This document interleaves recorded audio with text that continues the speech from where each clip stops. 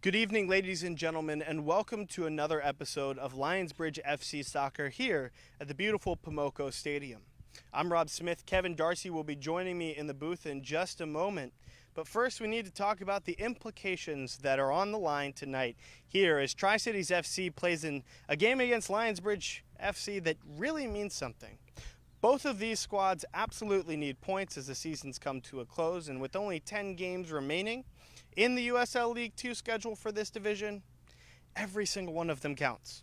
Every single one of them features a team that is still currently in playoff contention, and Lionsbridge FC is nothing short of playoff contention at the moment, as if they win tonight and they win on Saturday, they certainly set themselves up nicely to sit around for a week and wait as the rest of the teams complete their USL League 2 schedule. But it first has to start with a win tonight. You'd imagine 3 points will take you a lot farther than 1 or 0, and we're hoping that Lionsbridge FC can pick that up tonight. But they're playing against a team they lost to earlier in the year. Now, Johnson City played against Virginia Beach on Monday, and that's quick turnaround time as tonight's Wednesday contest is a hot one this evening. You can see the sweat beating off of my forehead, and you can only imagine when you're actually playing the sport that they might be a little bit more gassed as the game continues. So fatigue may be a factor this evening as well for both teams. Lionsbridge FC last playing on Saturday. But with all that to say, the friendly confines of Pomoco Stadium have been good to Lionsbridge FC. They've come up with a positive result in every single one of their last 5 home games, and they're hoping to match that again tonight. They still have 2 more home games remaining. We have plenty to talk about on those as well for next week. But it's time for Lionsbridge FC Soccer. We'll head up to the booth right now with Kevin Darcy. And so I'm joined by Kevin Darcy up here in the booth for tonight's contest as the Yorktown Fife and Drum Corps starts us off with the national anthem. And out of respect for our nation on the 4th of July, we'll actually step away for just a moment for that national anthem. You can listen along with us.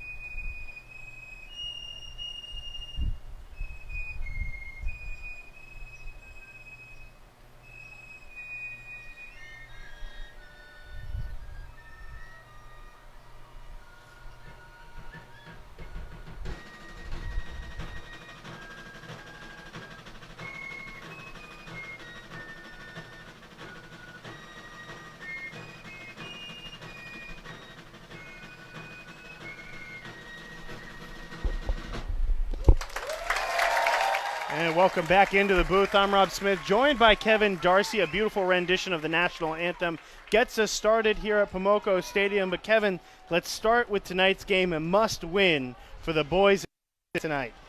Yeah, big game here for Lionsbridge for sure. Coming off a draw last match on the road, returning to the home confines here at Pomoco Stadium. We look for a big match tonight. Some players to really emerge. Continue to score some goals. Hopefully, we'll see a big performance from Luke Brown, as usual, and get some support from some of the other players. Eneli, Militar coming off the outsides, Scearce and Ramsey playing in the middle of the park.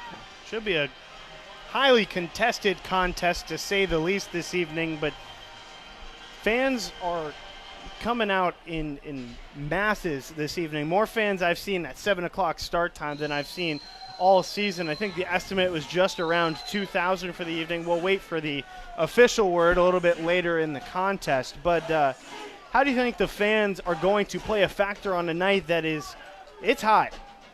Yeah, if the players don't get motivated tonight with this crowd, I tell you what, it's almost impossible to get motivated. You got a great number of fans. You got a real active bunch. I think the holidays got them revved up, and I think they're going to really get behind the team, especially if we can start early, Rob. A Wednesday that proves to play like a Saturday, with tomorrow being the national holiday, July 4th, Independence Day. Nicely brought into tonight's contest with the Yorktown Fife and Drum Corps. And we will close out this evening with fireworks. And in between the pregame and the postgame is the main event. And we'll get into tonight's starting lineups Starting lineup starting with the visitors, the Otters from Johnson City, Tennessee, coming in tonight with a must-win situation as well. They'll be playing a 4-5-1 situation with Carlos Rubio all the way in back, tending to the goal this evening. In the defensive back line, it'll be James Scassera, Diego Thielen, George Stanley, and Merville Bilumba. Midfielders, 5 of them, Taylor Gray, Troy Brady, Luke Hawson, Cole McLagan, and Matthias Tonin. And then Paul Vassert will round out the group as the forward for this squad. Wait for the official go-ahead from the lead referee. And 7:06 start time.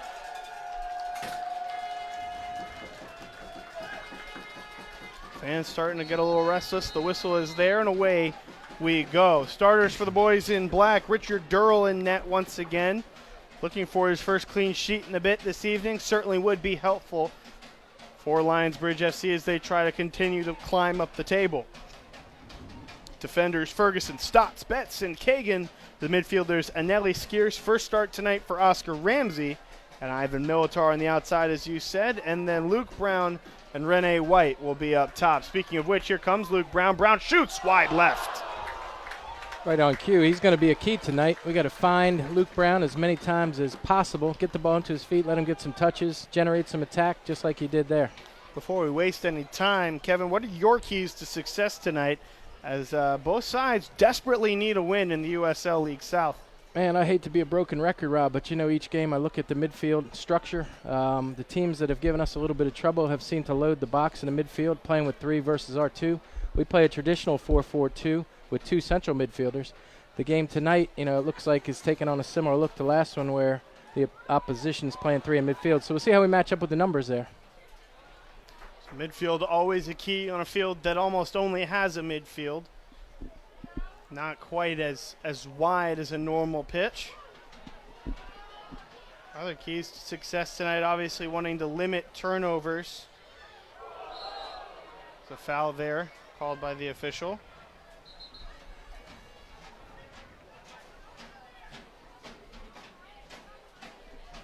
Spoke with Chris Wally before the game and talked about the last time this team played. Lionsbridge FC was in action on Saturday. Fell behind to Wake FC and ultimately, ball pitched over the crossbar, ultimately came out with a tie at Ting Park in Holly Springs, North Carolina against Wake FC. A game that they fell behind 3-0, so to get a point out of that game is no small miracle. But obviously a game they wanted to get 3 out of. For sure. A little disappointing there, to position themselves for the last few games and be able to make a run at the top spot. But they're still in it, control your own destiny here. You can only do what you can do, win the games that you have here in front of you, and then hope you get a little help. Lionsbridge FC still in playoff contention. It will take a pair of wins and a little bit of help to give them the best chance, although they can eke by with 4 points. They would have to get the tie tonight. So if they do get a tie this evening, still in playoff contention, although they would need a little bit more help than if they win out. And we'll get into all the possible scenarios. There are lots of them with 10 games to go in the league. Yeah, and I'm sure Coach Wally is really looking more than anything just to see the team establish themselves here and get a rhythm, just to play well, to constantly cause the opposition some pressure and have them put them on defense, put them on their heels. Be good going forward. Tonight's opening moments are brought to you by Nike. Is the official uniform provider of Lionsbridge FC. You can check out the Nike styles for the soccer player in your home at Nike.com. Nike, just do it.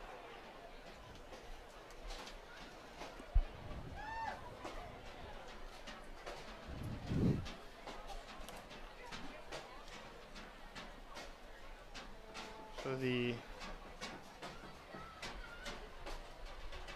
Otters here of Tri-City will be wearing white, going left to right here in the opening half. Got the white tops and the lime green bottoms.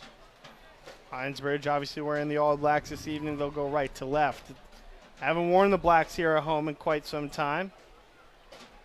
seem to be more favorable in the Blues.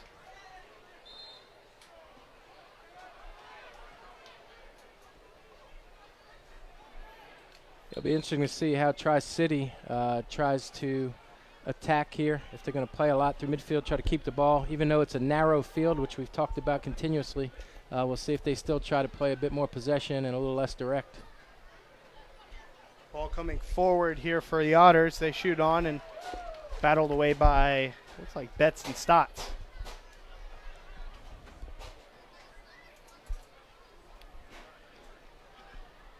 Mentioned in my open, Kevin, fatigue might be just a touch of a factor this evening, as Lionsbridge FC played on Saturday last week, but between Friday of last week and today, this will be the third game for the Otters, all of which on the road. They played last Friday. They played on Monday against Virginia Beach, and here they are again on a Wednesday night. And so 3 games in 6 days can be quite a bit. Yeah, even more the reason we got to get off to a real strong start and press them and just make it hard for them, get them uncomfortable early, see if that fatigue can kick in, sometime toward the end of the first half and carry on to the second. Wally was hoping to get off to a fast start, score early, score often, get the fans into it, but really expose the fatigue on the other side that they hope to see from the Otters. Now, even a well-conditioned team, play on Friday, getting Saturday, Sunday off, play Monday, get Tuesday off, play Wednesday. Still a lot to be played in such a short period of time. And it certainly will not help as we end tonight's weather report brought to you by Mosquito Joe's, that it's going to be as hot as it is. Yeah, it's definitely a burner out. I was walking around the stadium pregame and worked up a real good sweat. Now, I know my fitness isn't top-notch, but I think the weather had something to do with that. Yeah, you could see when I was taping the Open this afternoon, the sweat just dripping down my forehead. It was hot then, and it only got hotter. Tonight's weather report brought to you by the folks at Mosquito Joe. 87 degrees at game time. Should cool down to a nice 81, about 6 or 7 degrees. And it should cool off as the shadows will continue to entice themselves on the field at Pomoco. Dangerous opportunity, a shot on. Ended up in the back of the net, but a foul called by the official there in the middle. Say goodbye to mosquitoes, ticks, and fleas with Mosquito Joe's effective mosquito control solutions. It's time to start enjoying your yard again. Satisfaction guaranteed with Mosquito Joe. Outside is fun again.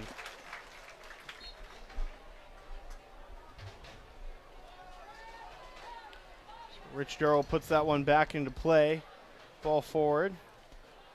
Looks to be a pitch and catch looking for brown and white. A palette of neutral colors up front.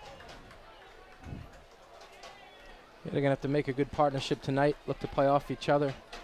Really command service, get balls into their feet, not always make them get in behind, kind of mix it up, find feet, find them in behind at the right times, but just to get those forwards involved as much as possible.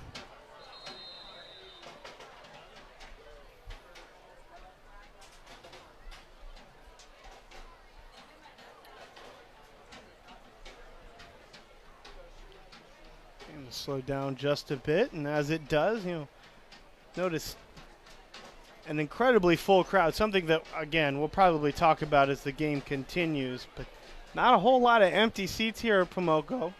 A lot of familiar faces, but one that I did not see today, the face of Rich Parrish, as that ball goes up and is cleared away. Want to give a shout out to Rich. Rich often spends his game days here with us working sidelines, making sure things on the field go off without a hitch. It's been just a tad busy, and we hope that everything's going all right there with you at home, Rich, assuming you're watching at home, making sure we're meeting our marks. Want to make sure you're heard. We appreciate everything you do, Rich, and Lionsbridge FC is certainly in a better place because of Rich Parrish and other people like him. Well done, Rich. Good stuff. 9 minutes into the contest. No real scoring opportunities for either side. Fans still trickling in. Yeah, the game really hasn't taken any shape yet. I think teams are feeling each other out.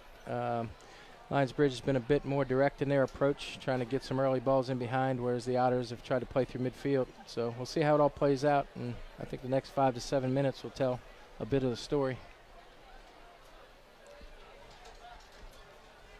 Just speaking with players on the field during warm-ups, some of the reserves for the Bridge, mentioning, it is hot out here. I mean, you think that might play a factor. I was like, well, how does that typically impact you out there on the field?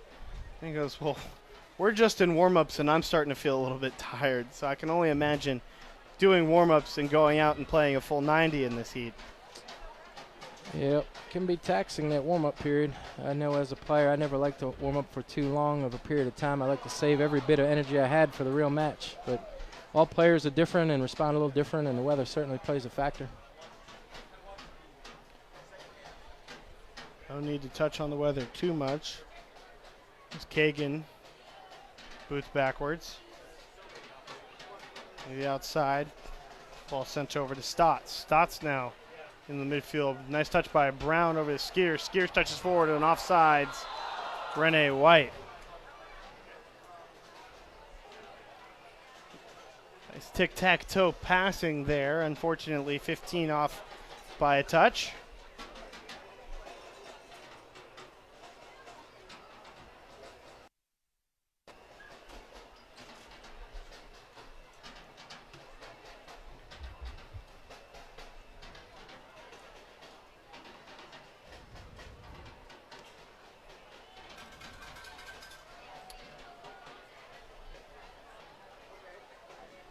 The other game of consequence this evening, Wake FC and NCFC.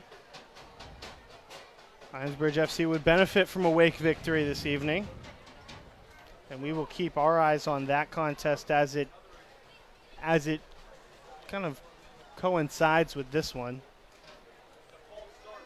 We did start just a touch late, so we may be just that extra touch ahead of them. All the better, I suppose. Ball on the far side being passed around by Green Shorts. Stays in play and now forward. Looking for forward Taylor Gray.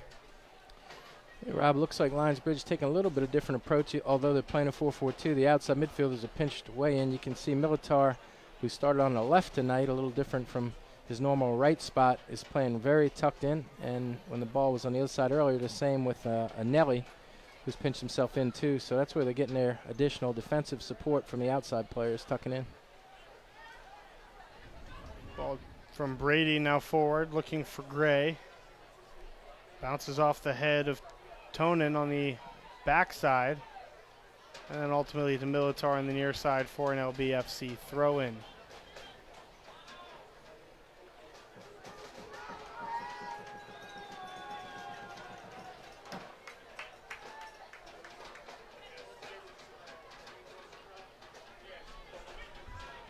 Bouncing around and back to Staats.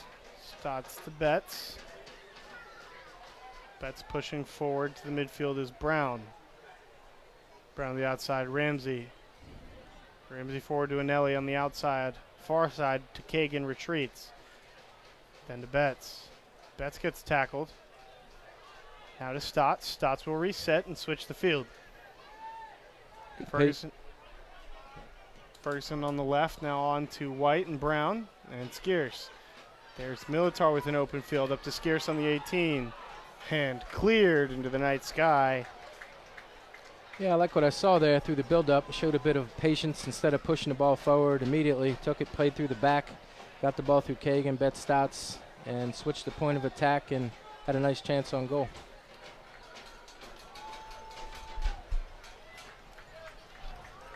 Corner kick opportunity coming from Militar.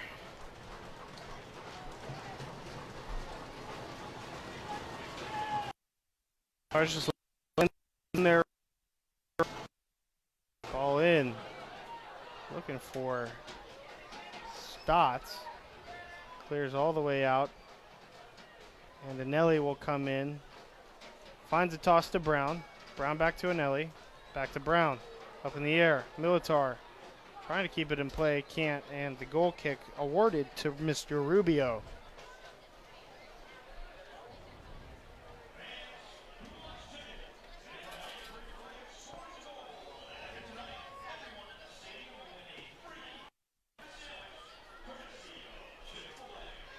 "15 minutes into the contest, still plenty of football left to play on the pitch.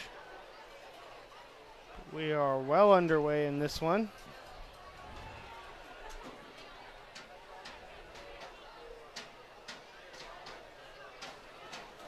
Tri-City taking their time trying to build possession. Staats will leave that one for Dearle.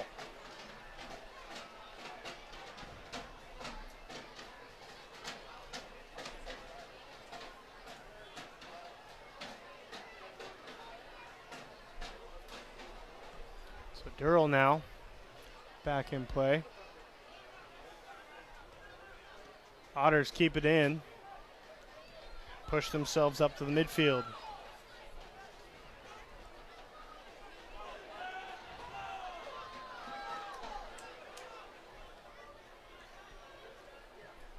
Back to Tonin. Off to Stanley. Stanley to the outside. I believe that's Bilomba. Tonin in the midfield once more. Looking for Vassart, but nobody there to collect. And now the Bridge will have it back. Nicely played ball by Diego Thielen.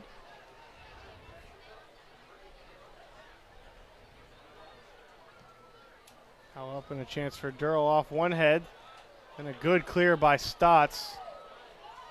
And again, great defensive play by Luke Staats.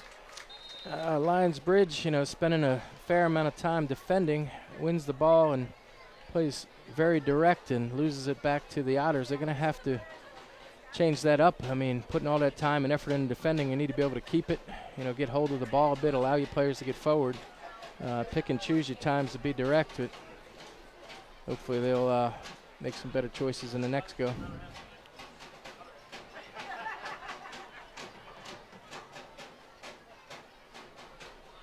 Ball up in the air. Looks like Vassart was contemplating getting on his bike. He was winding up. Settled things down though. Ball ended up getting cleared.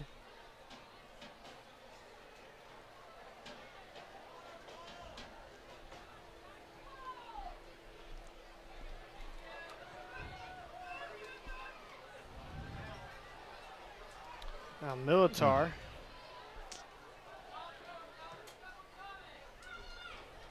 Forward to Dearle. Dearle just has to punt that one in the air. Do his best. Comes an attack here from the Otters.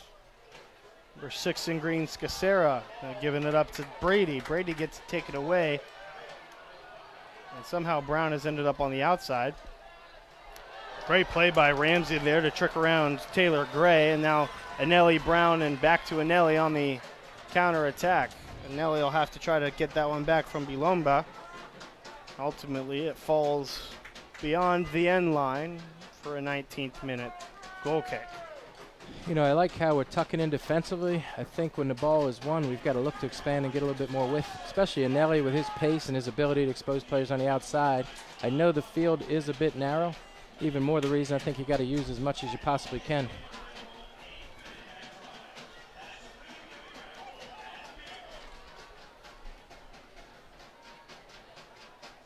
Brown there with a good touch up to Eneli. White trying to stay on sides. Back to Brown.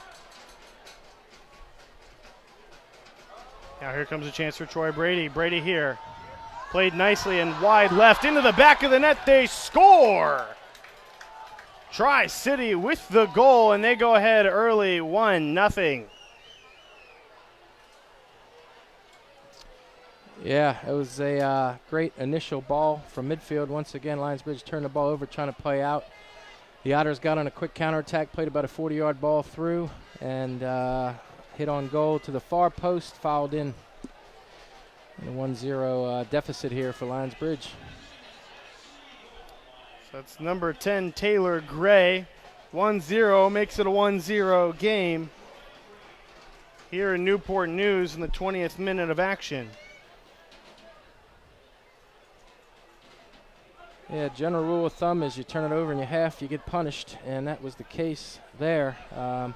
It's been a consistent problem here early in the match, Rob, is that we've turned it over in our half and gotten countered on time and time again. Believe the assist given to number 7, Troy Brady.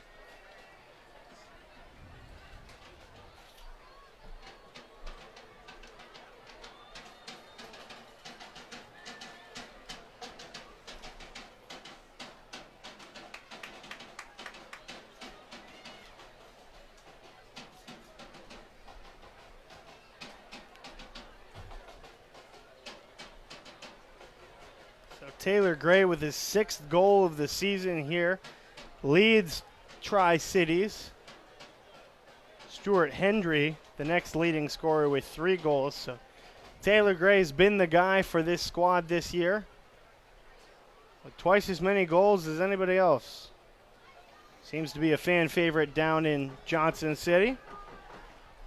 Yeah, hopefully for the Lionsbridge, they've scouted that and they're keeping an eye on him tonight.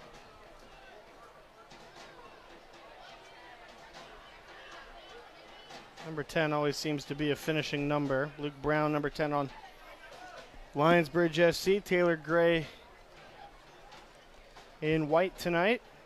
Popular number for sure, going all the way back to the Pele days. Rob, I don't know if you remember Pele, huh? I know the name. I'm offended that you think I'm that uncultured, though No. I was not around to enjoy his masterpiece. My guess was that you probably looked him up on YouTube. There may have been a time or two. Flattered you think that I'm that young. Well, I am that young. You're right. You're right. You're Well, absolutely right. Well, I do know that I'm not that young. So. No, you're great. You're great. Thank you. Good. Thank you, Rob. With age comes wisdom, right? That's what they say, Kevin. So they say. I'm not sure who they are, but I appreciate their saying that. I think they are the Hamptons women's soccer team. Yeah, I brainwashed them to be nice to me. Yeah, I think so. Militar inside to Ferguson. Ferguson will send the cross, headed away. Eneli there, closer to the 18 once again. Then back to Kagen. Kagen will try to reinsert this one into the box and instead pushes forward just a little bit more. And headed away again, this time from number 13, Paul Vassart. Vassart playing a full field as the only forward listed on this roster, going baseline to baseline. So that was a nice sequence there. 2 straight attempts by our outside backs to get forward. First Ferguson overlapped Militar and got in, caused some trouble. And on the very next play, Kagen exposed the flanks. Now, if you're going to tuck your wide players in, it gives all the cues for the outside backs to use that space and to get in, and hopefully they continue to do that. Eneli now back towards White. White and Gray will battle. With just a lighter gray. That side is Troy Brady. Brady couldn't get by Ferguson. Nice touch by Brown up to Scearce in the midfield. Scearce will stop, then give it up to Oscar Ramsey, and they've got a wide open far side, so they'll expose it. Kagen. Brown. Turned over. Now comes the counterattack in the midfield, McLagan. Coming forward, they'll feed Troy Brady once again. Brady will try to orchestrate from the outside, and instead he'll retreat for just a moment. Scearce trying to switch the short field, and does so successfully with a short clear from Kagen.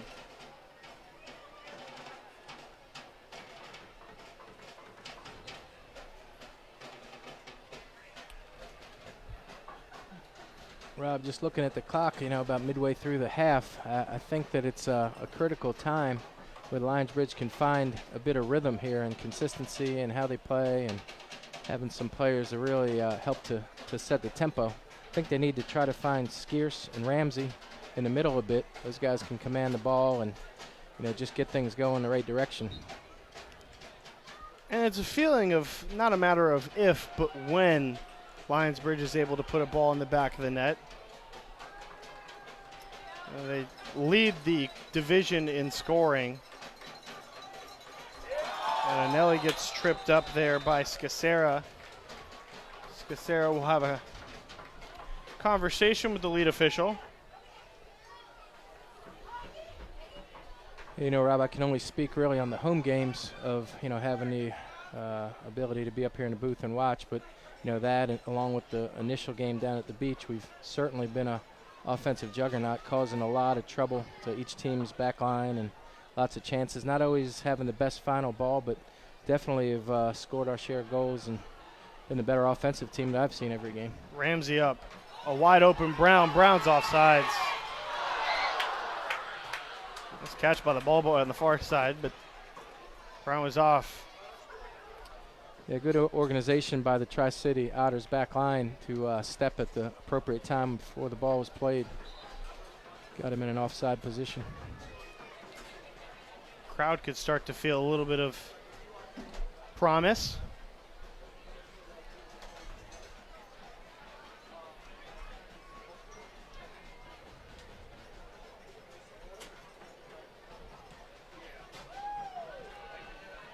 Ball pushed forward. Now back. Seems to be a pretty compressed near side now. It's only a handful of players beyond the midfield line. The prime meridian, if you will. Now we're getting real geographical on you. It works. Now across the equator towards the Lionsbridge side. Eneli unable to play it. Yeah, there's a better choice. If we're going to play a longer ball, it's got to be diagonal. Play one across the field, give him a chance to run on. And Eneli almost got on the end of that, took a touch, but not quite good enough to keep it in play. And we stop. I'm imagining this is because of the weather, as we have a stoppage in play about 26 minutes in. Rob, I don't know if turnaround guy coordinated that with the officials to get himself a stoppage for the wave, but it's taken the attention of the stadium. I figure what better time to do the wave than right now. So I believe because of the heat, and from what I'm getting, because of the weather, and for those of you at home who can't tell, it's a steamer tonight. 87 degrees at the moment because of the weather. Taking a short water break, and I'm not sure how long they'll take, but the officials stopped, and I imagine this will be added to stoppage time. Yeah, they usually give them about a minute just to get to the side.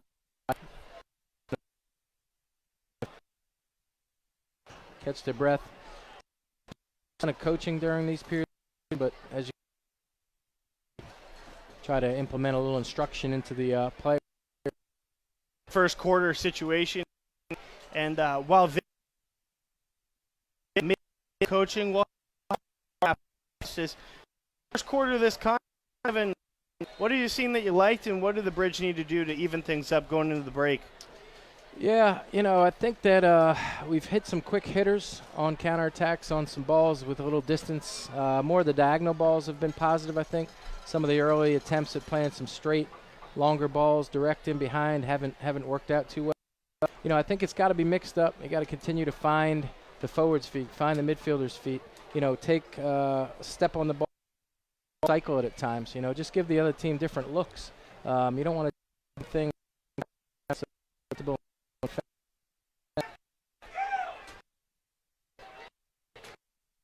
In, didn't cool anybody off. Players getting some water.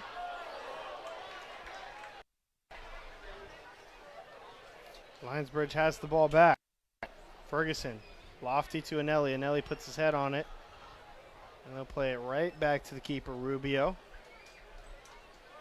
1/3 of the way through the contest. 1-0 our score in favor of the visiting Otters. Otters playing for their virtual lives tonight, need a win. But then again, so do the Bridge.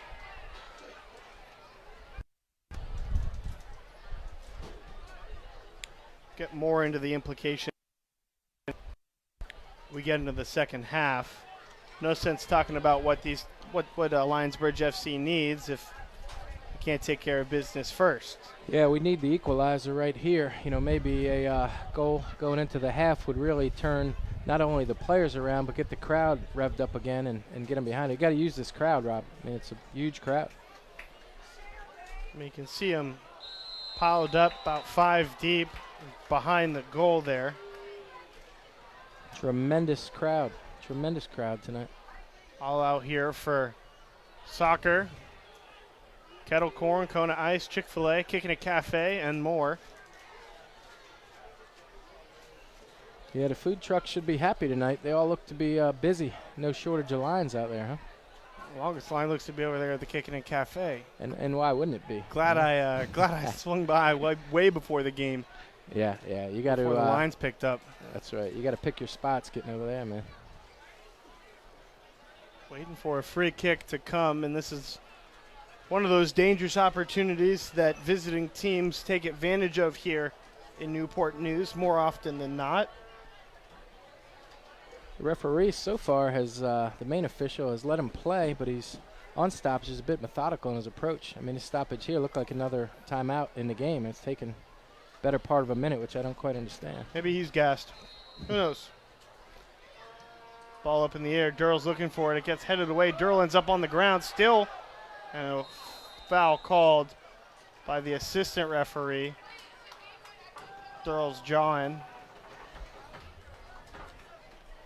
Well done by the Lionsbridge defender to battle there. You know, he ended up getting on the bad end of the foul, but, you know, he got stuck in just enough to disrupt the play, absorb the foul, and Lionsbridge has a free kick coming out.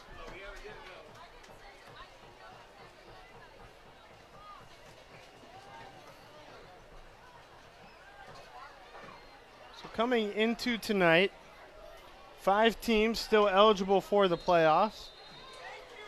Those being NC Fusion, NCFC, Lionsbridge FC, Virginia Beach United, and Tri-Cities FC, all separated by just 5 points with 2 or 3 games left respectively, depending on the team.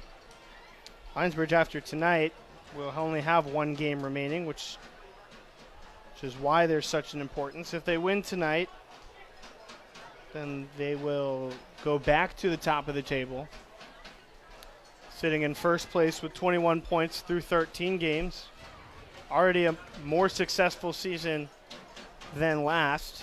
So they picked up 17 points in 14 games. So a success regardless of how this season ends up. A chip shot by Luke Brown. It bounces finally into the hands of Rubio, who will quickly push that one forward and stopped by Ramsey, and the attack continues. That's not a good insert into play, and thankfully the Bridge don't make the most of the turnover. And a great tackle by Ramsey. I mean, I love to see a guy, even though he turned the ball over, you know, he did the work and immediately, you know, put in an effort to win the ball back, and that's all you can ask from a guy. You know, things aren't always going to go your way, but you got to show that kind of effort and resolve to get right back into the play.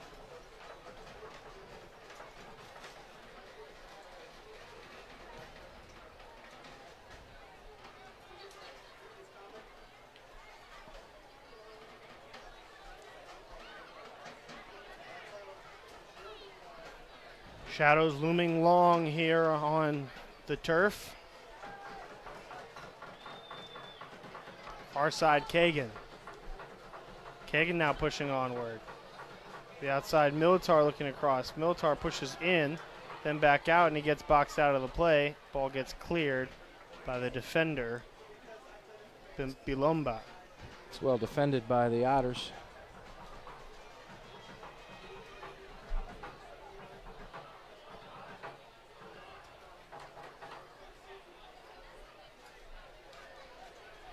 Taylor Gray. Gray, the household name in Johnson City, pushes it to the outside, now to the far. Looking near post.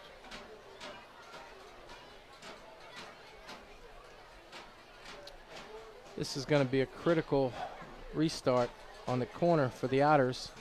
Lionsbridge have to make sure that they identify Number 3 coming in, looks like to be one of the better guys in the air for the Otters. And mix up their zone and man marking and get this ball cleared so they can get it back to their feet and try to regenerate an attack. Looking to rip was Gray. Couldn't do it. It stays here. Now comes a chance. Staats is right there. Staats gets nutmegged, but it ends up out of play off the feet of Mr. Stanley. Only a true nutmeg if he gets the ball back. That one ends up over the end line. Well, he got the ball back. Touch. It was just out of play. He had to retrieve it for the goalkeeper to take his goal kick. Appreciate his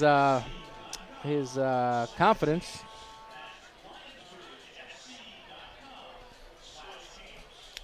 Down at Ting Park, NCFC currently beating Wake FC by a score of 1-0.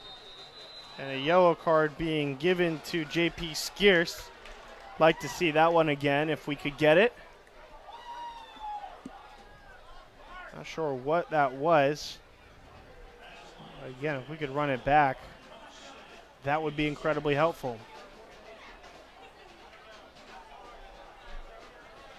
Look at that one more time. Scearce.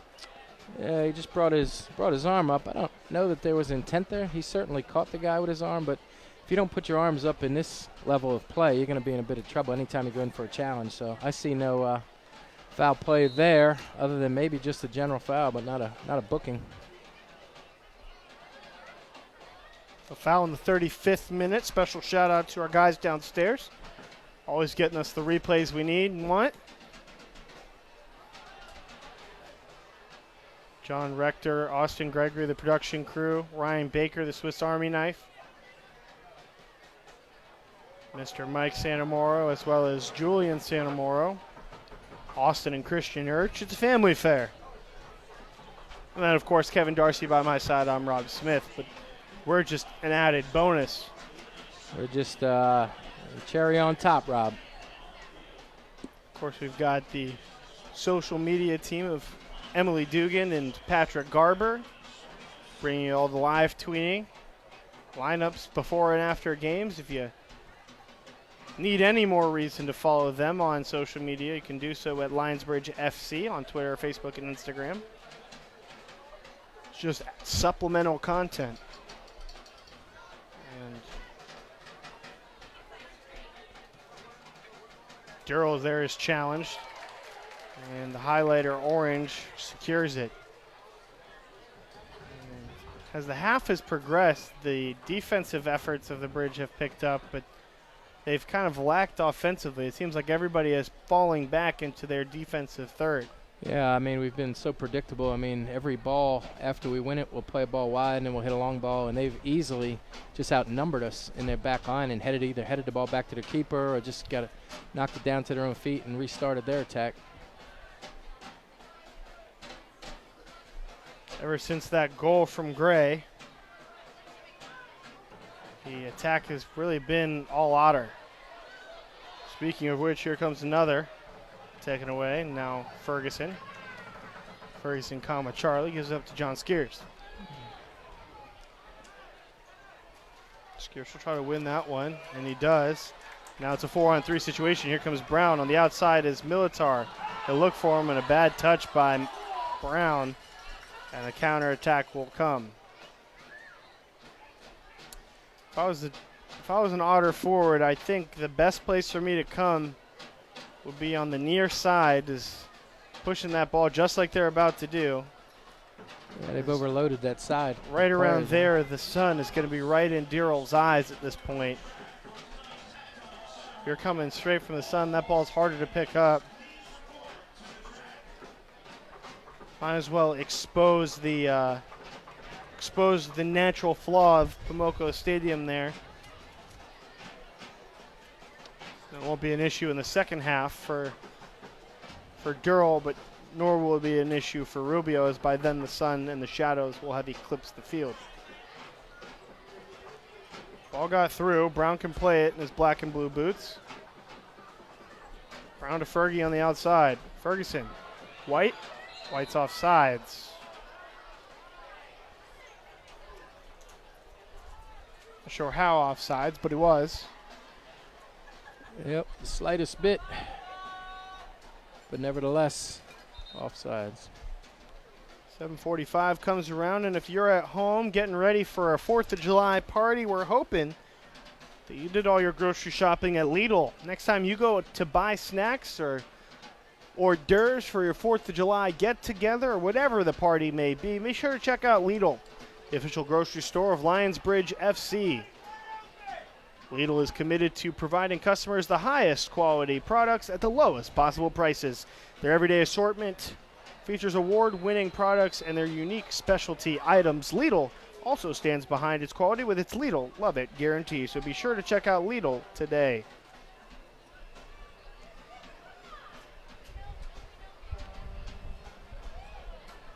'40th minute here, and you're right, Kevin. Every time the whistle blows, it seems like things slow down just a touch. This one, it appears with good reason, as down goes Frazier or down goes Matthias Tunen.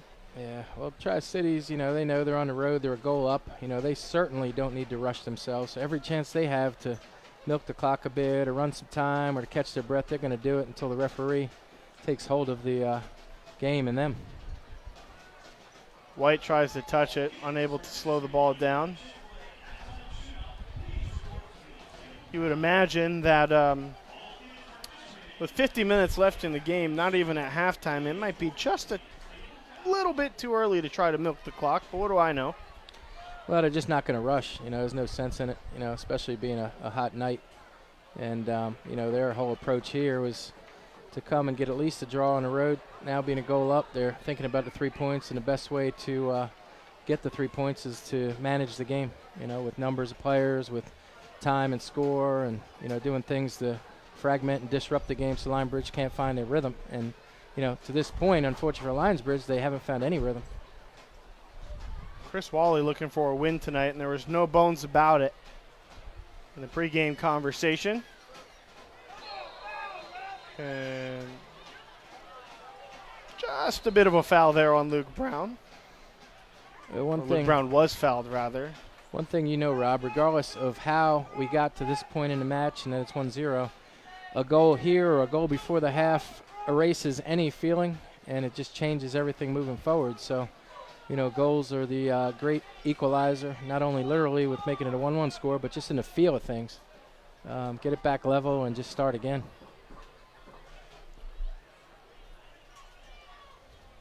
So Thielen gets the foul, he pleads his case, the official and he have a conference.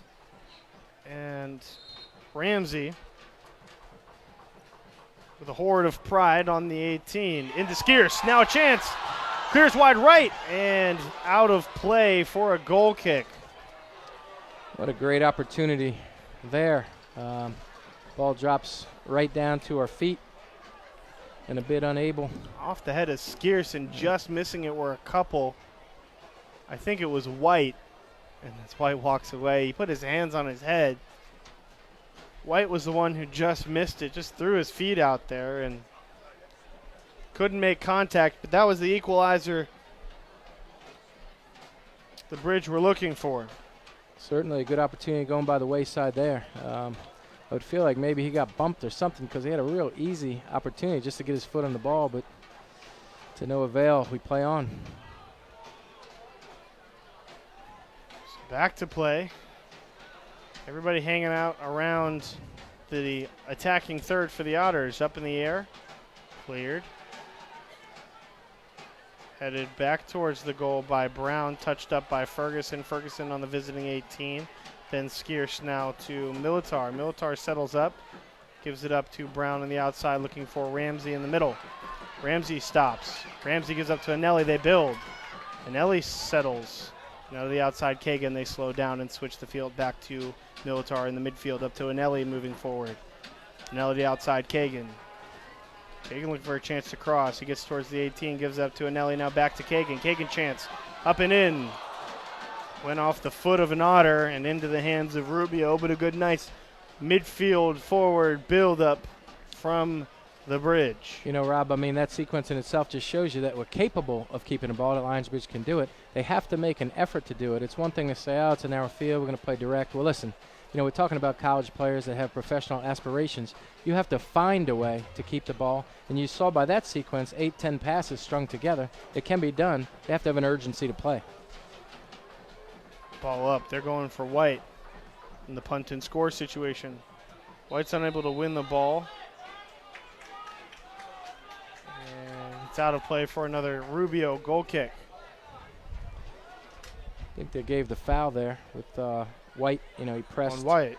But, you know, it's a good place to foul, take a chance. If they don't get the call, we get the corner or maybe get a turnover and get a chance from it. So 100 yards away for their restart. No harm done.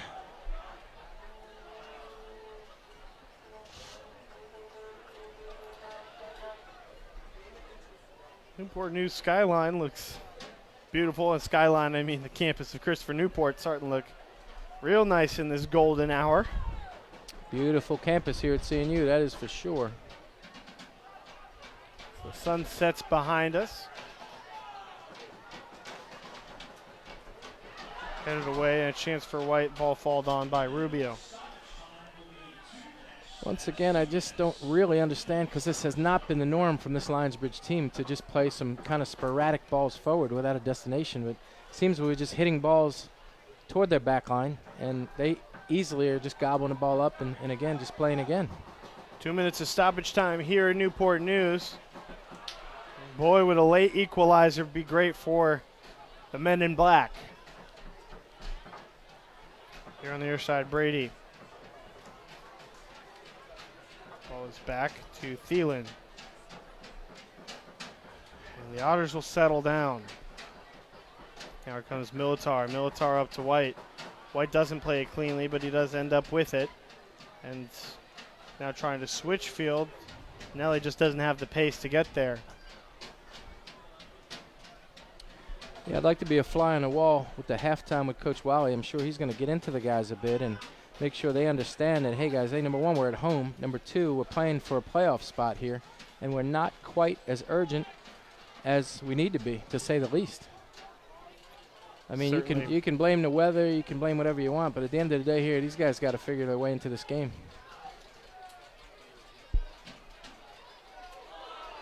Ball back by 18, Diego Thielen. Now over to Kagen. Kagen heads it to Ramsey. Ramsey back to Kagen. Kagen sees Militar on the far side, gives it to him on the equator. Right down the middle of the field. He'll touch up back to Ramsey. Ramsey. Scearce. Looking for White. White's going to try to get his head on it, and Rubio will capture it. And we will go into the half. 1-0 our score. So Troy Brady and Taylor Get Gray team up for a 1-0 score. Gray put the ball in the back of the net in the 19th minute, and that's where we sit at halftime. You're watching Lionsbridge FC Soccer here at Pomoco Stadium. We'll be right back.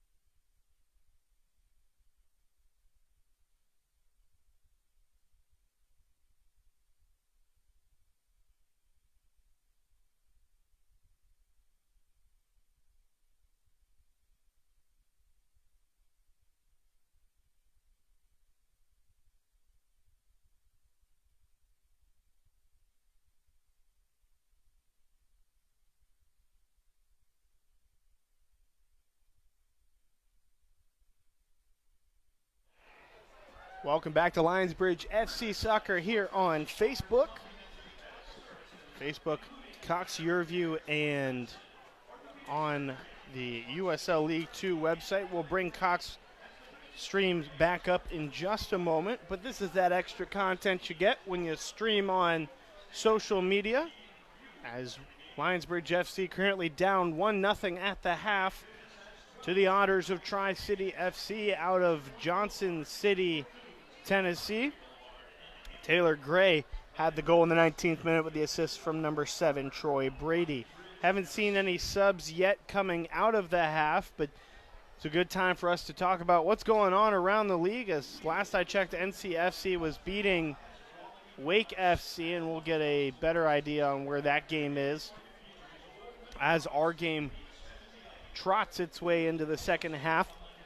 But with just one game remaining after tonight, Lionsbridge FC certainly would benefit from a couple of wins. They really need 6 points if they want to make the playoffs, and a loss tonight would certainly squash any opportunity for Lionsbridge FC to do so, especially with an NCFC win. Now, looking at the schedule, after tonight, NCFC will have 2 games remaining. Fusion 3, Virginia Beach United 3, Lionsbridge 1, Tri-Cities 2, and Wake FC 2, and Tobacco Road with 3 remaining. In total, there are 10 contests remaining to be played, and the teams that are still actively involved in the postseason conversation at this very moment: NCFC, the Fusion, Virginia Beach, Lionsbridge, and Tri-Cities FC. The winner of tonight's game remains relatively intact in the conversation, though still needing some help. Lionsbridge FC would obviously need to win tonight to make their case for a very good chance at making the playoffs, but they've got some work to do here in the second half. We'll bring on Kevin Darcy in just a moment to talk about what needs to be done in that half. But ultimately, as we close out our halftime break, these are the 3 things that would ultimately eliminate Lionsbridge FC. Any of the following scenarios. First and foremost, if the Fusion win twice between now and the end of the season. Now, Fusion only has 3 games remaining, so if they win 2 of their last 3, then that would eliminate Lionsbridge FC. If NCFC wins 2 of their last 3, they'll be eliminating Lionsbridge FC. Or if Virginia Beach United wins out, that would eliminate Lionsbridge FC. So those are 3 things that could very well happen, and we won't. Those will be 3 things ultimately that we could be talking about on Tuesday when the Richmond Kickers come to town. But the playoff picture will certainly be just a bit more clear on Tuesday. So next week we've got a pair of friendlies against Eneli FC and Tri-Cities, and the Richmond Kickers, where we'll be able to talk about the season that was and the potential for post-game or post-season action.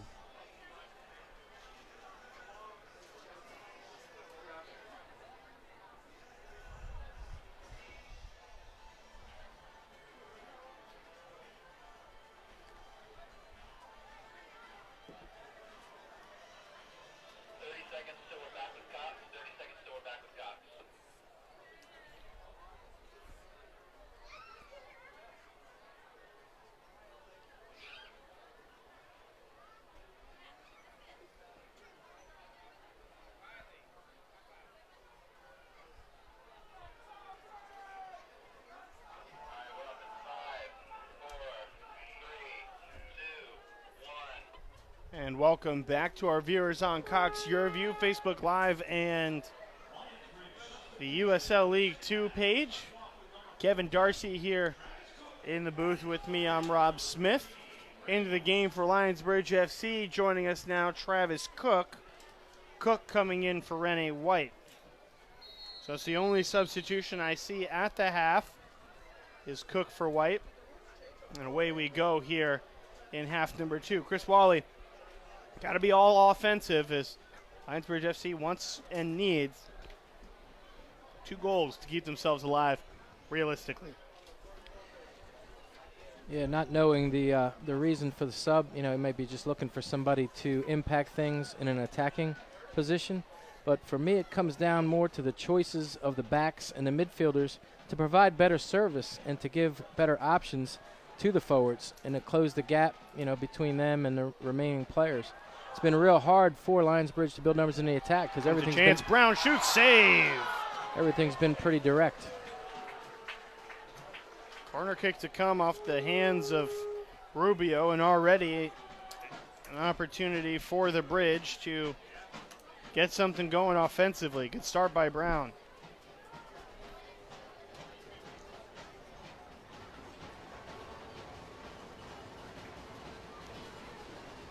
Ball going to come in from Brown, I believe. Brown, Staats. Cleared.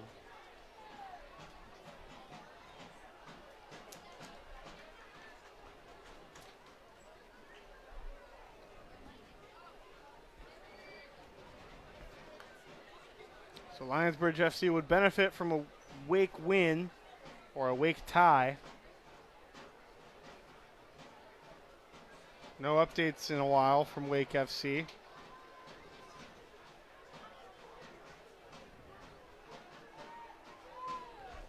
Outside, here comes another opportunity, clears everybody.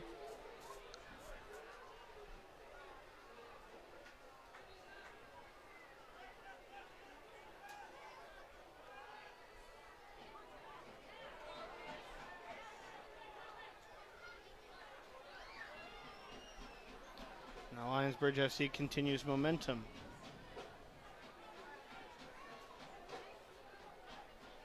Scearce forward to Eneli. Eneli gets on his horse. Spins around. Eneli gets his hands on him. Now coming to the out. Down to the 18. Headed away. Taylor Gray. Good effort by Eneli. Got himself into a pretty good spot in the box. Lost his footing for a second there, which I think kept him from getting a strike on goal. Opted to lay a ball back, and ball got turned over. Looks like at the break, NCFC was up on Wake 1-0.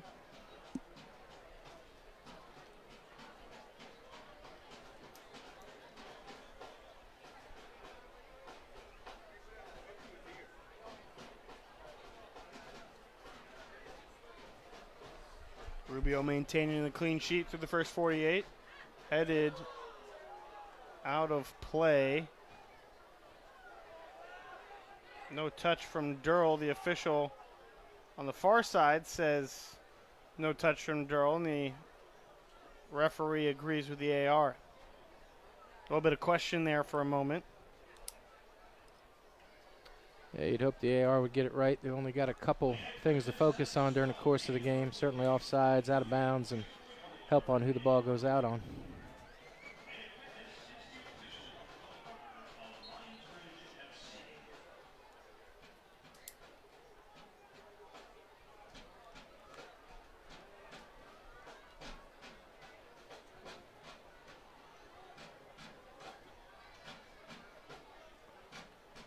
Switching the field to Eneli on the outside, just a touch too strong.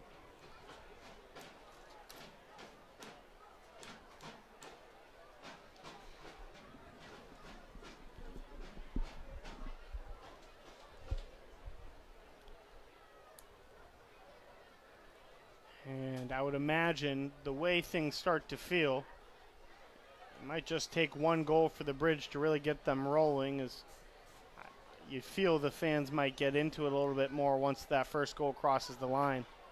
Yeah, that's for sure. They've had a couple good services here early in the half, built some numbers forward, got a corner. So they're showing a little bit more life, to get numbers into the attack and be a little more dangerous in the final third, but still have to be able to play a better final ball and get the ball in the back of the net.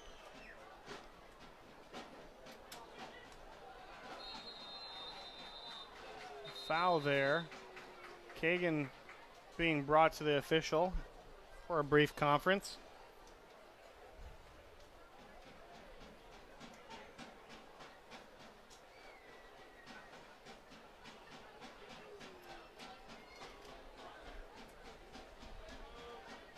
And Feel all taped up with that mic.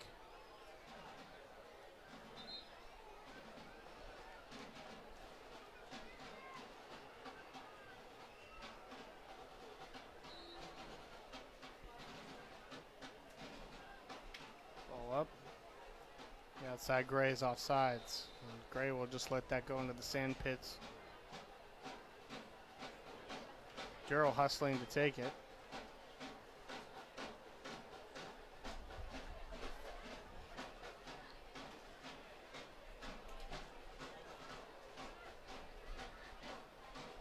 Looks like Gunderson and Ellis getting loose here for Lionsbridge.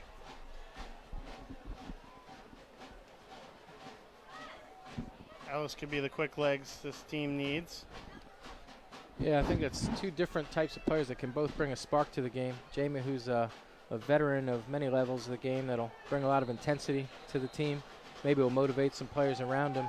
And Ellis has been tremendous. Every time he's come on, he causes trouble. He gets himself into good spots, lays a good last ball, causes the defense for all teams tons of headaches.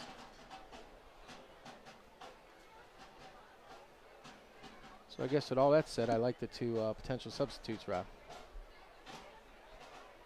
Wally working his way down the sidelines to have a conversation with Militar before taking it. Scearce, Staats, Cooke, Brown, Betz, and Eneli all inside the box. Leaving Ramsey, Kagen, and Ferguson. Good to see Coach Waller's extended that coaching box a bit. Just a bit. He's all the way in the sandboxes on the near side. He's in the sand pit. Ball up in the air. Headed away. There goes Eneli. Eneli sends it back. And booted forward from Ramsey. Now comes a 4-on-2 counterattack. Make it a 4-on-3 with Ramsey's legs. Now on the outside, there goes Kagen and Ferguson. Here comes a chance for number 7 in white, Troy Brady, now cleared. Good defensive effort from the bridge to minimize that chance, as that very well could have been a counterattack and a 2-goal lead. Yeah, very fortunate there that the Otters forward Brady took a bad first touch, took him away from goal, and gave us a chance to get back in organized behind the ball. Bad turnover there by Staats, and now coming the other way, an opportunity to shot in. Nobody there to take it. Kagen clears with force. Cooke's got some fresh legs. He's out there in the neon boots. Kagen will take it.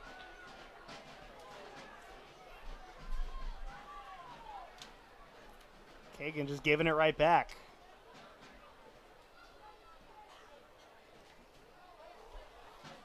Now another chance.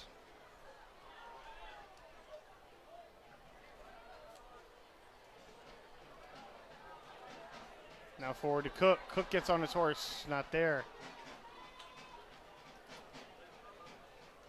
Yeah, interesting choice, going direct straight through the middle. He had Eneli on the left side. Thought maybe he was going to slide a ball there and let him kind of get around the edges, which seems to be his forte.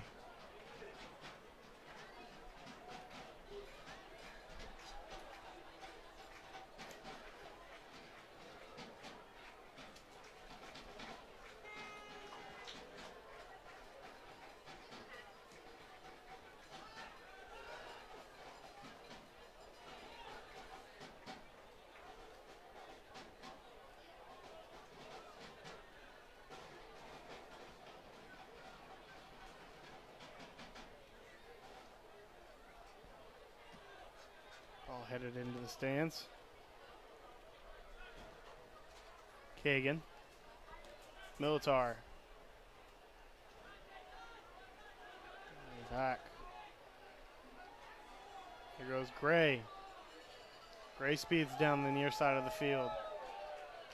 Stopped, and an almost beautiful ball.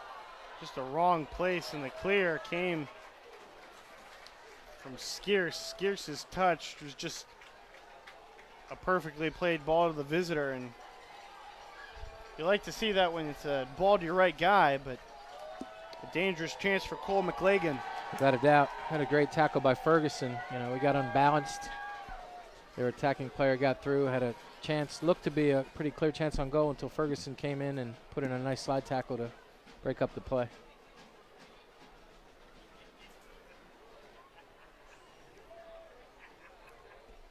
Alex Formino to take it.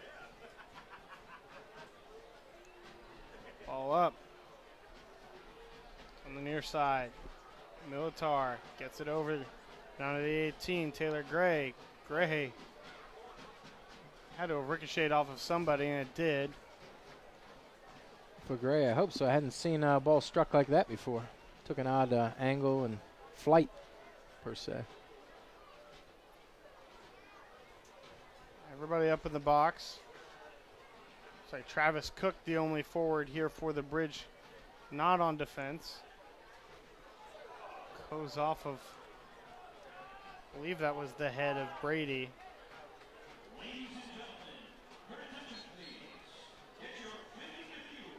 Couple of substitutions ready to come in. James Ellis will come in for Ivan Militar. And Gunderson will come in for Charlie Ferguson.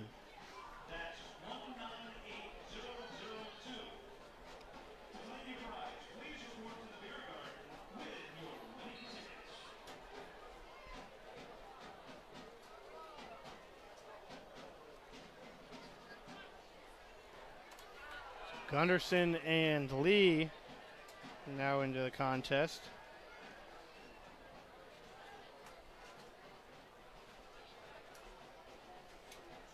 That's 3 subs here for the Bridge. Yeah, Rob, I'm real interested to see the impact that James Ellis is going to have on the game. Hopefully, Lionsbridge makes a real effort to locate him, find him, and to get the ball on his feet, see what those fresh legs can bring to the game.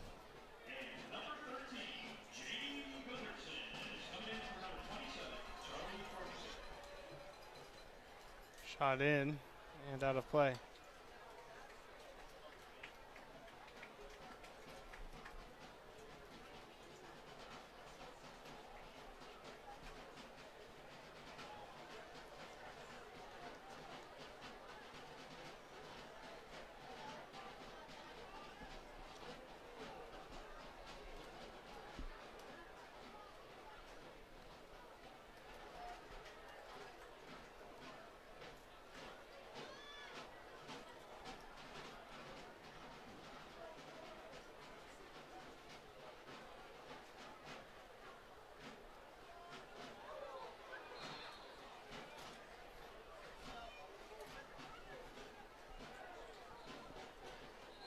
The referee's got to book that guy. Man, that's he allowed him to encroach on the restart, and then he allowed him to encroach on the next play, and then he fouled. I would call that one persistent infringement, and credit to the referee that he took care of the player.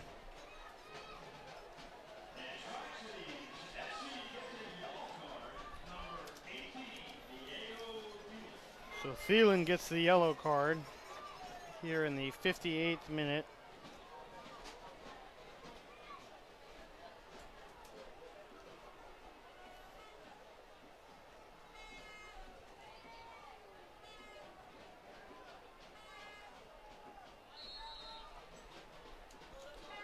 Ball up from the Bridge.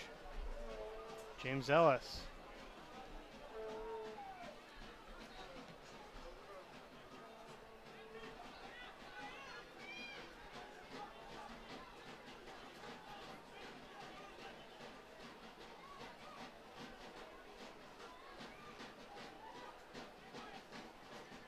Pushed up by Kagen, out of play.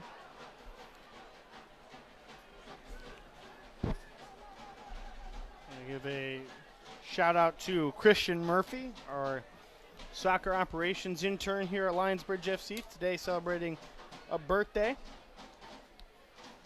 Christian Murphy, just one of many interns that makes the behind the scenes happen here at Pomoco on a game day. But I wanted to specifically call him out as he's spending his birthday here with us. Yep, happy birthday, Christian. remaining interns: Piper Carpenter doing business operations, Patrick Garber, we mentioned earlier, doing digital content, Chelsea Kudlati doing community relations, Andrew Sykes event operations, and Jillian Neisel doing marketing and business operations. Great place to do a summer internship here at Lionsbridge FC. If you're looking for a summer internship next year, I think every year it's just going to get harder, but certainly check it out on lionsbridgefc.com during the off season. Great place to spend your summer, whether you're on the field, behind the scenes, or with us in the broadcast booth. Down, no foul, says the official, and looked like the fans and Eneli wanted it, but it seemed like just a... Yeah, Eneli did a great job getting himself into the box. I think the referee did an equally great job by not giving him the PK there. He started to fall a little bit forward off his touch and ended up falling into the defender.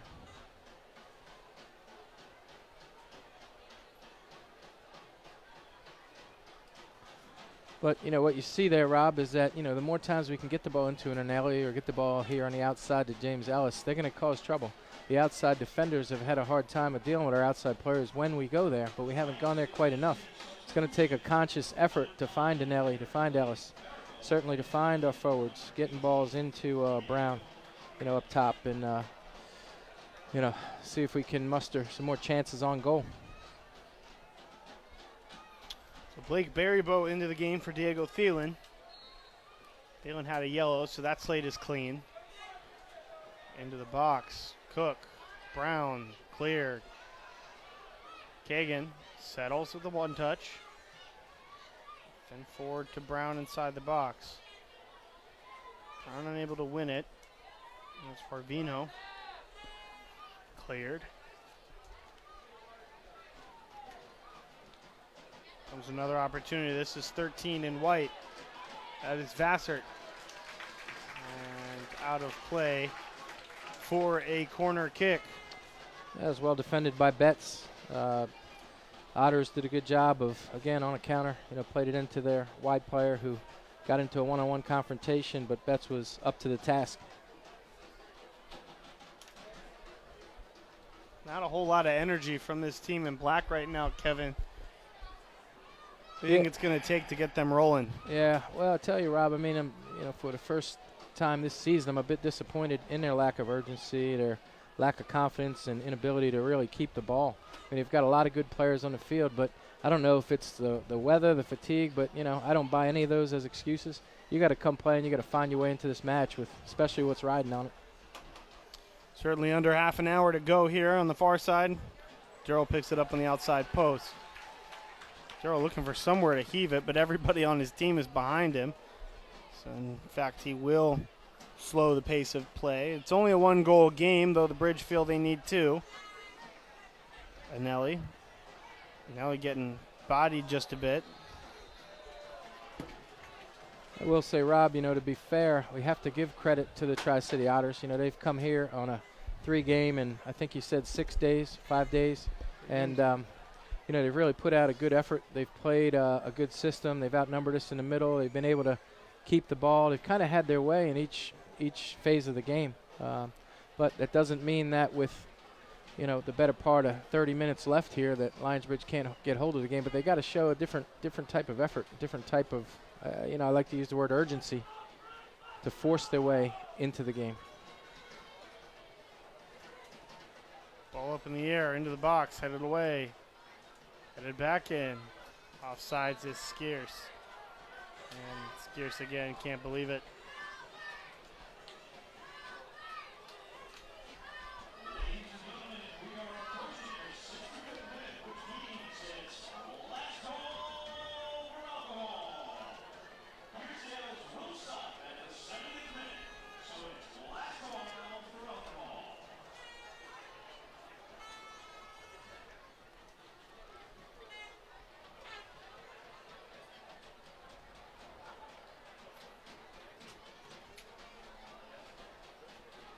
Gunderson, Eneli, missed touch.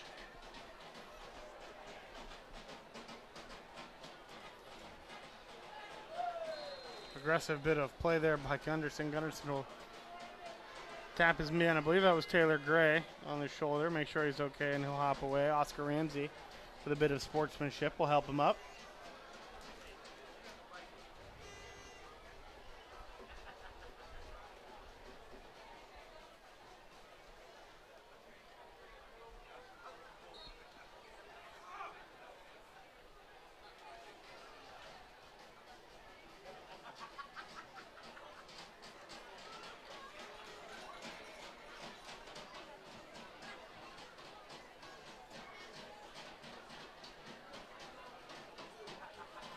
And a bad turnover there. And a little bit of an aggressive play by the forward. Nearly a bad turnover by Staats. Staats just doesn't look like he's been himself tonight. Yeah, him and a lot of his teammates, but again, with the better part of 28 minutes left or so in this one. Comes a chance. Eneli calls his own number, wins the corner kick. The time is now to get it figured out, huh?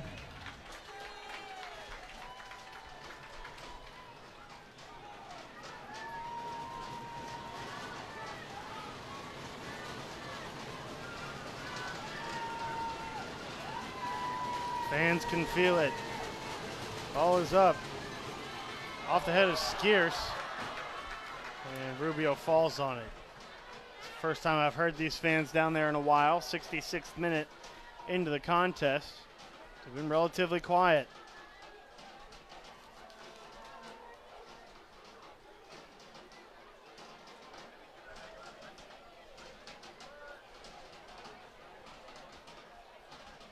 Down goes Brown. Comes the counterattack. Taken away by Gunderson, up to Eneli, out of play. So just looking at the subs remaining, you know, trying to find a way to be a little better on the ball, a little more crafty, a little more creative, a little more dangerous.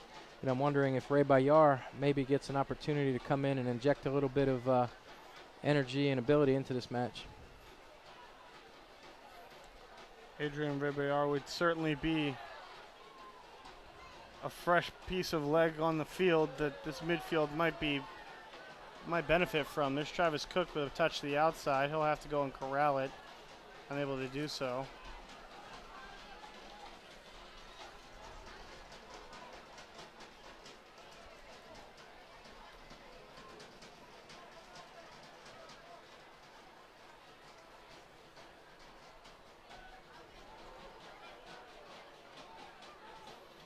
Meanwhile, in Holly Springs, North Carolina, Wake FC falling behind. It's 3-1 in favor of NCFC.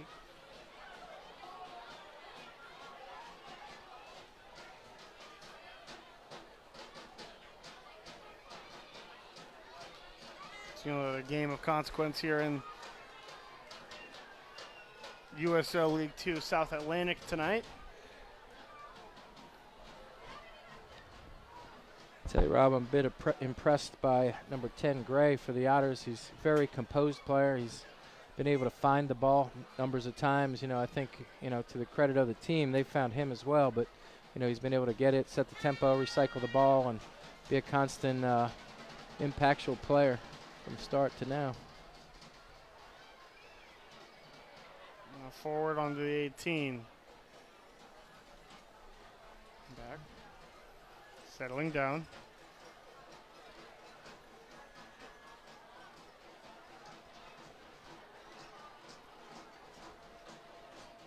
Outside and cleared. Here goes Travis Cooke. Cooke with some frustration tries to do it himself. Cooke settles in and has a couple of guys coming in and help him, them being Ellis and Brown. Now Kagen joins the fight. Kagen will send one up. And a penalty kick awarded to Travis Cooke.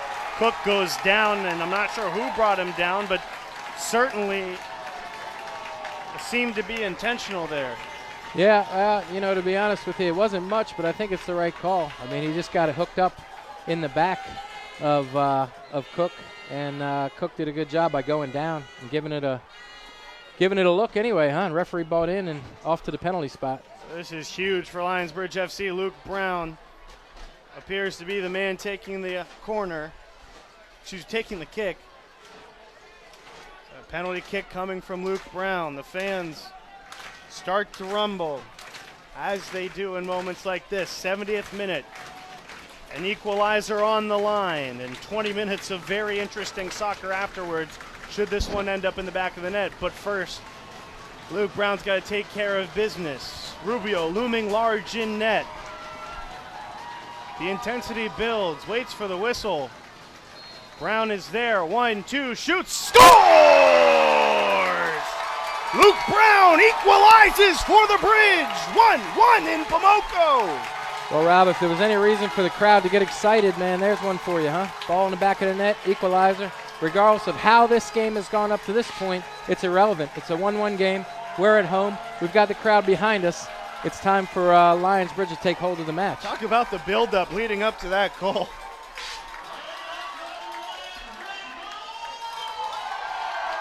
And the fans are back into it more than anything. That has got to be the biggest thing for Lionsbridge FC. The fans are back into this one, and they're going to need every ounce of the full stadium here at Pomoco. As far as my eye can see, there are not a whole bunch of empty seats, and at least for a moment there were, and they were all on their feet. This crowd tonight deserved a reason to get excited. Another chance. That foul is called, and Cooke has made his way into this contest, forcing fouls here and there, and that is a yellow card. I'm waiting for him to turn around. I think that was 4. Number 4, George Stanley. You've got a couple of the Otters players carrying a card right now. And interesting to see how in the next 20 minutes, if any others get into some questionable confrontations, if they could draw a second.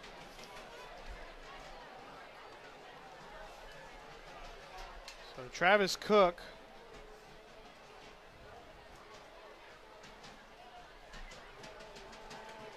picks up another foul, and he's really, his fresh set of legs has forced a very tired back line that is on its way to playing 3 full games in 6 days to make fouls. Lazy plays up on Cooke. Cooke, then it bounces around. It continues to pinball back to the 18, and Gray is right there. Gray will head it away, and out of play off of Brown. Brown trying to make his case, but clearly off the foot of Mr. Brown. You know, Rob, we talk about it all the time. It's a funny game, soccer. Not like any other sport out there. It's not always hilarious. Not always just. The score doesn't always tell you who the better team was. Tonight, for sure, we've been on the bad end of the play, Lionsbridge, I should say. But right now it's a 1-1 game. We have the ball in their half, and we just had a chance to go up 2-1.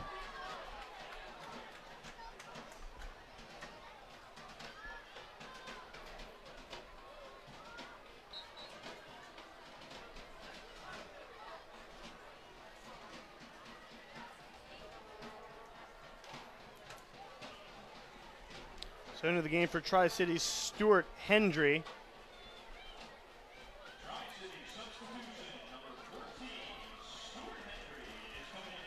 It's going to be very interesting to see how Tri-Cities approaches the last 20 minutes. General rule of thumb for professional or minor league teams when they go on the road is, can you get a road point? Can you get a draw? Right now they have a draw, at least as it stands now. Are they going to sit back with numbers and be satisfied with that, or are they going to commit players forward? I think knowing the situation and knowing the season, that this squad is certainly in need of a win as well. So I would imagine that the final 15 minutes of this game are going to be offensively infused. I think it's going to be attack, attack, attack. I know Chris Wally is planning on just continuing to press the gas until the 90th minute whistle blows. And I would imagine it will be much of the same on the other side. So expect the pace of play to pick up if I were you, especially as the weather cools off. We're 84 degrees where we started, and it felt like 94. It's like a winter night now, isn't it? It's chilly. If you're from Texas, one might say you need a jacket. There you go. Thankfully, we are on the peninsula.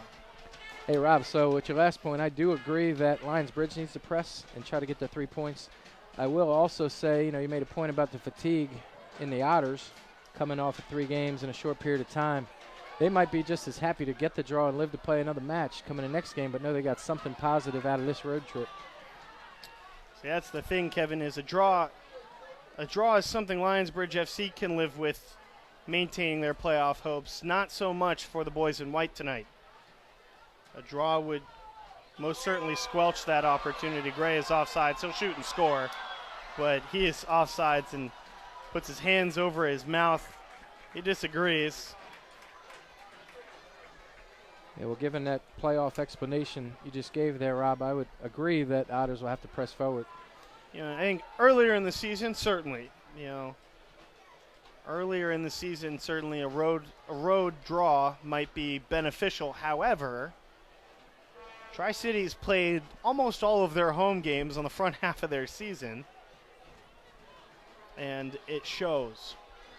And I don't mean that in any offensive way, shape, or form, but they started their season hotter than ever, coming into their stretch of road games to end the year.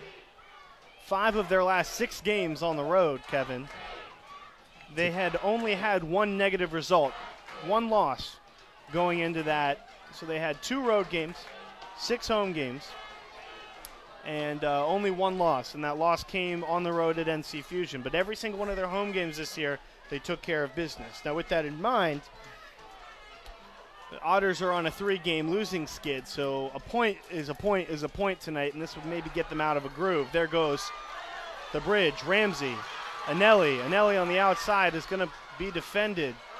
Eneli gets picked back to Ramsey, over to Eneli on the far side once again. Back to Ramsey, they continue to play catch. Ramsey loses the ball to the defender, but the bridge continuing to build momentum. Now coming to the other side, the counterattack, and the track meet begins here with 13 minutes to go in the contest before extra time. Staats and Betz trying to draw the man off sides. They keep the play going as Kagen on the near side. Well done there, dealing with transition. The numbers were severely against Lionsbridge. They were able to win the ball back, and now they're on their way. Brown in the midfield, over to Eneli on the outside. Eneli near the 18. Eneli treckles in. Eneli shoots wide right, and the crowd lets out a gasp. Rob, I was going to say after the last time Eneli had the ball isolated with the left back and he chose to lay a ball back, that he needs to be more selfish at times. When you have the type of ability that he has to break players down, you have to be a bit more accountable and try to get it done, and as he tried to do there. Looking at it again, looks like the keeper Rubio touched it, so Luke Brown will get an opportunity, but not before an Adrian Rebollar sub. So Rebollar coming into the contest for Oscar Ramsey.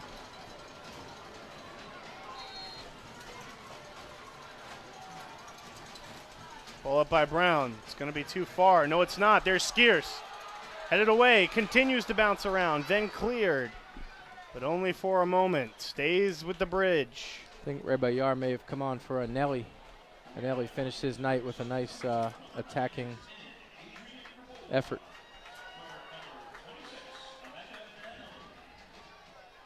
I like the Rebollar move. I think you got a fresh guy with a lot of ability. So Eneli is out. You're absolutely correct. Rebollar in for Eneli.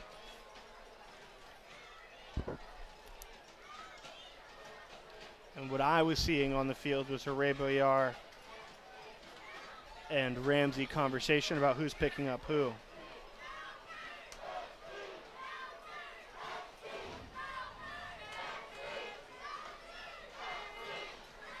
Ball cleared away.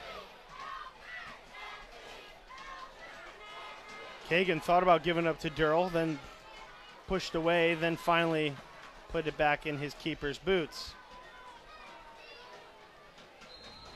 Foul called, going the other way.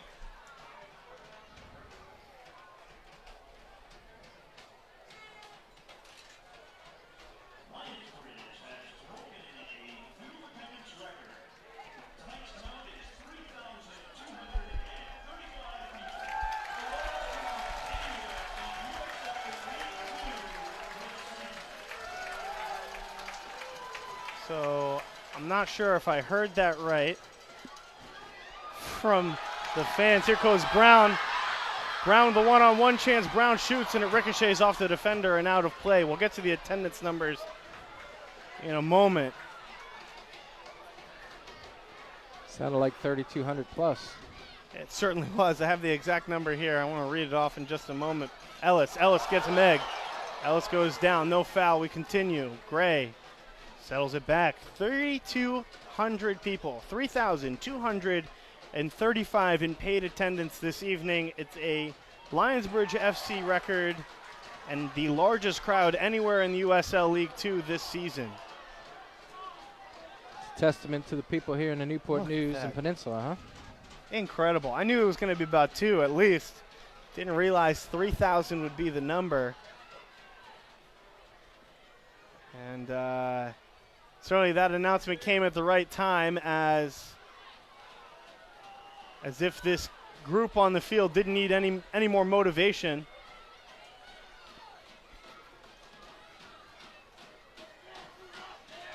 Cleared away. This one going back to the bridge.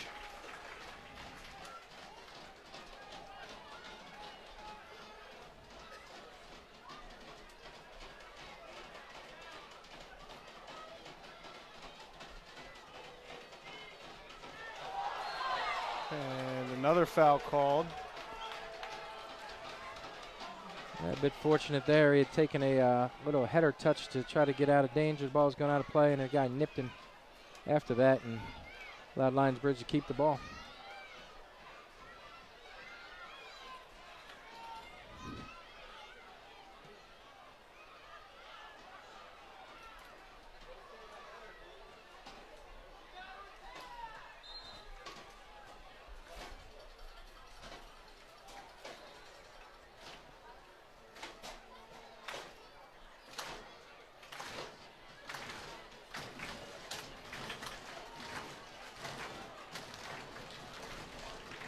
Fans in a haphazard Viking clap.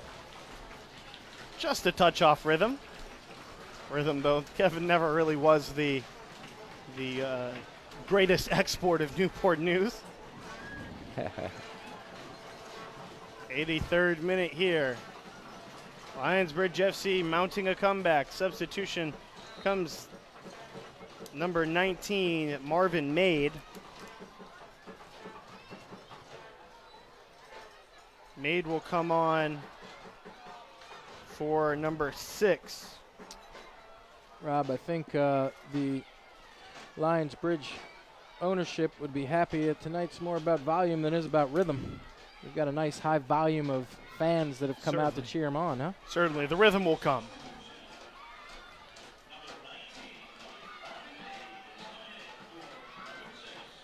Goes forward.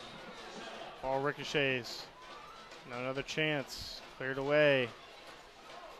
And cleared again. Still opportunity. The ball takes a bad deflection. And a penalty kick off the hands of, I believe that was number 3, Luke Staats. Luke Staats can't believe it. He's given the yellow card. Yeah, a bit unlucky there. I think nevertheless it did hit him in the hand, but tough one. I don't know if it's hand down to his side. We'll see here.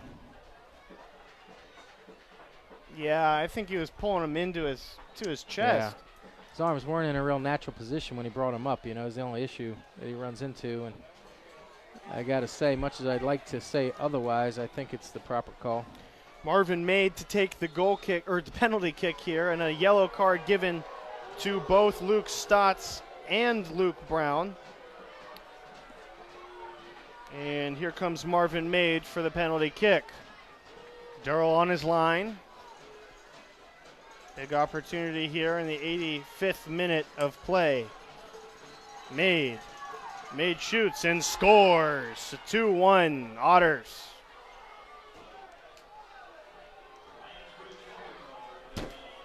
Just when the Lionsbridge began to find their way into the game and have several good scoring chances going forward and build themselves a rhythm and an urgency to play and compete, they're a bit unlucky giving up a handball and a penalty kick going the other way.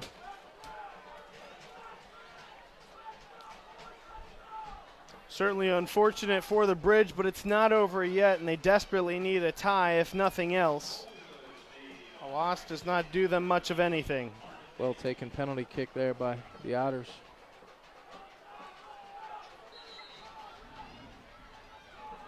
Stranger things have happened.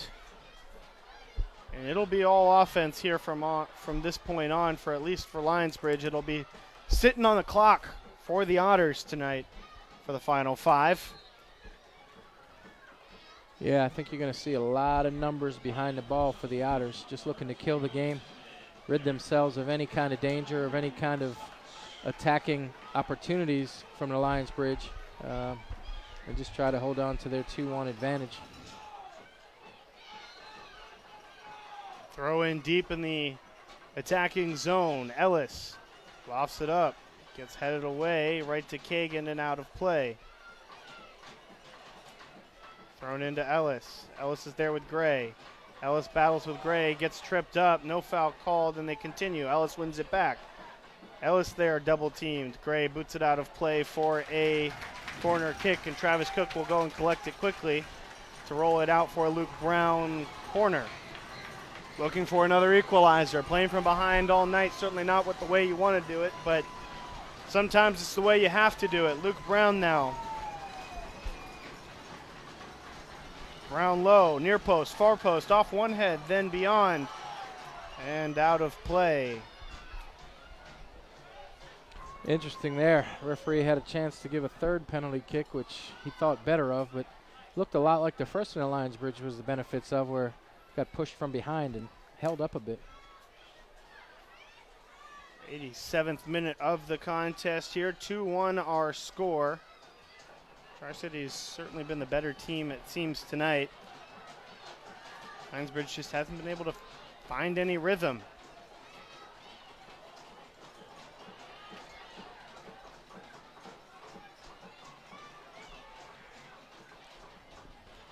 Back and forth. Marvin Maid now back again. And a foul there by the Otters. Will give the Bridge the ball back.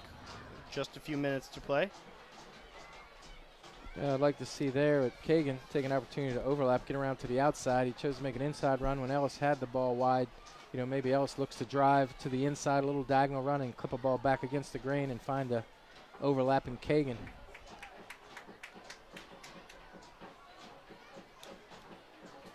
Tonight's game brought to you in part by Riverside Sports Medicine,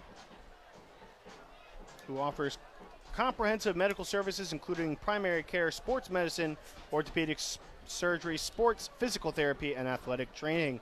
And as the Peninsula's premier sports medicine provider, the entire sports medicine team is focused on helping you stay active and keeping you in the game.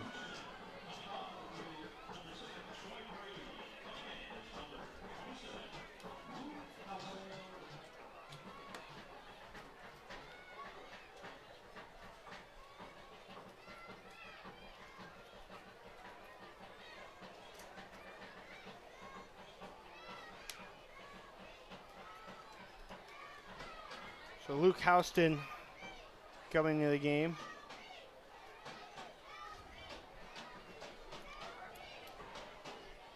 Houston on for Troy Brady.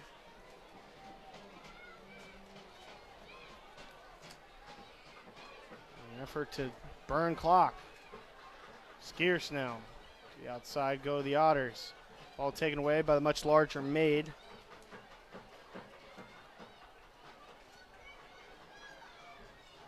Looking to equalize here. Coach Wiley has also brought Derek Cooke, brought a sizable player. He's got him pushed up toward the front line, not a natural position for him, but with his size and ability to get in the air, I think he's looking for him to get on the end of a service.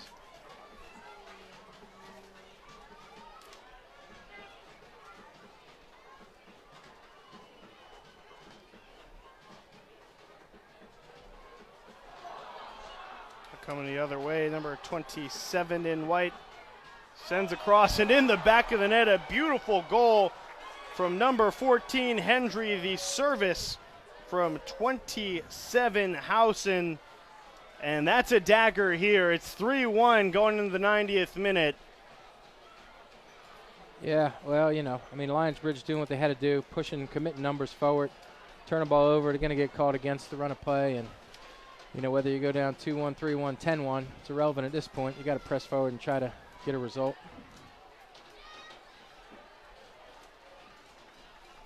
So Lionsbridge FC gonna fall at home for the first time in quite a while. They've picked up 5 consecutive positive results at home, but tonight just wasn't the case in front of a crowd of 3,200.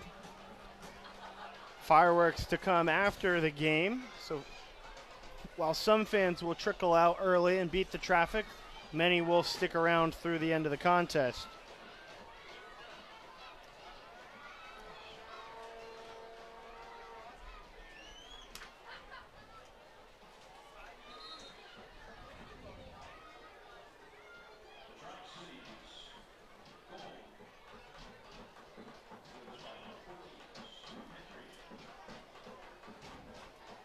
This is a much-needed win here for the Otters after falling to a 3-game losing streak.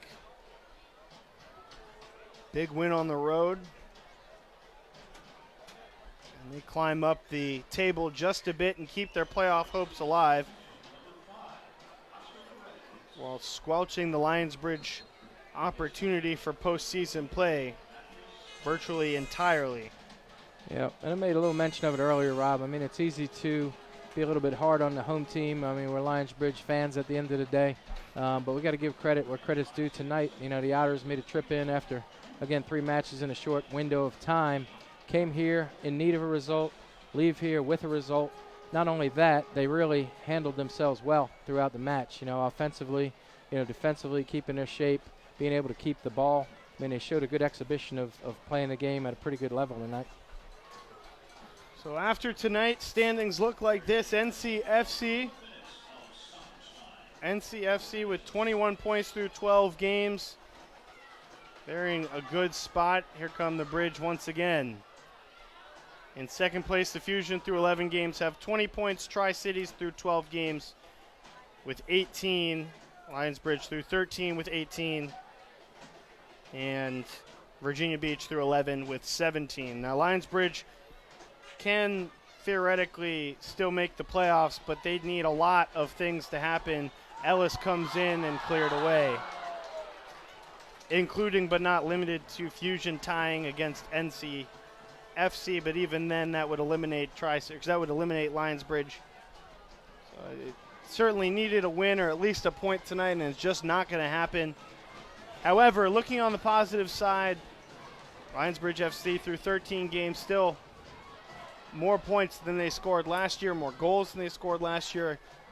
I would assume higher attendance than they had a year ago. So all in all, a very positive year for Lionsbridge FC, both at home and in the USL League 2. And we'll have 2 more games to kind of talk about the year that was after tonight.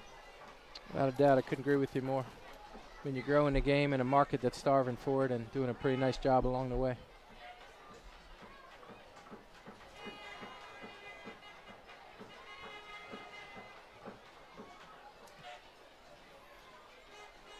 Got 4 minutes of stoppage time. I'm not sure how far into that we are. So, and Kevin, as we close things out here on our broadcast, what are your final thoughts? Yeah, disappointed in our effort for most of the match. You know, we got back in it late. You know, fortunate to get a penalty kick and draw even. Showed some spark after that, but for me, just not good enough. I mean, you know what's at stake here coming into the game tonight. You got to be from start to finish on top of your game, or at least from an effort standpoint, you know, off the charts with energy and effort and urgency to play. So disappointed in that. You know, but again, you know, I gotta give some credit to the Otters. You know, they came in and got the job done. 3-1 looks to be our final score tonight, and the official whistles us out. Goals from Gray and Hendry and Made. Gray, Made, and Hendry make it a 3-1 game. That's going to do it for all of us here at Pomoco Stadium. For Austin Gregory and the production crew, John Rector and Ryan Baker downstairs, Austin and Christian Urch, as well as Julian and Mike Santamoro. Kevin Darcy by my side. I've been Rob Smith, and you've been an absolute pleasure once again, wherever you are. We want to thank you for tuning in to Lionsbridge FC Soccer on Cox Year View, Facebook Live, USL League 2 site. 3-1 our final. I'm Rob Smith one more time, wishing the smoothest of sailing. Until next time, good night.